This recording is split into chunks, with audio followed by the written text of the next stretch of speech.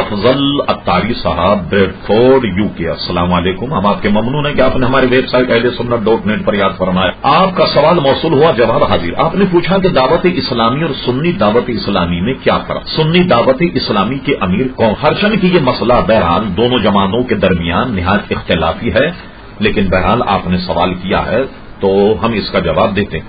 ہوا یہ اصل میں کہ دعوت اسلامی اور سنی دعوت اسلامی کے کچھ احباب میں کوئی شکر رنجش ہو گئی، تو اس کی بنا پر بمبئی میں ایک صاحب جن کا نام مولانا محمد شاکر قادری رضوی ان کا نام، وہ دعوت اسلامی سے الگ ہو گئے. جب وہ الگ ہوئے تو انہوں نے اپنی جماعت کا نام سنی دعوت اسلامی رکھا، اور وہ اس کے امیر ہیں، اور دعوت اسلامی کے جو امیر ہیں حضرت مولانا محمد الیاس قادری صاحب ہیں. تو یہ فرق ہے دونوں میں، دونوں کا کام ایک ہے، عقیدہ ایک ہے، مشن ایک ہے.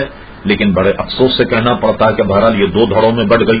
آپ اللہ تبارک و تعالیٰ سے دعا فرمائیں کہ اللہ تبارک و تعالیٰ ان میں اتحاد اور یکجہتی عطا فرمائے. اور یہ بات بھی ہم نے صرف آپ کے پوچھنے پر بیان کی، ورنہ اس کی ضرورت نہ تھی.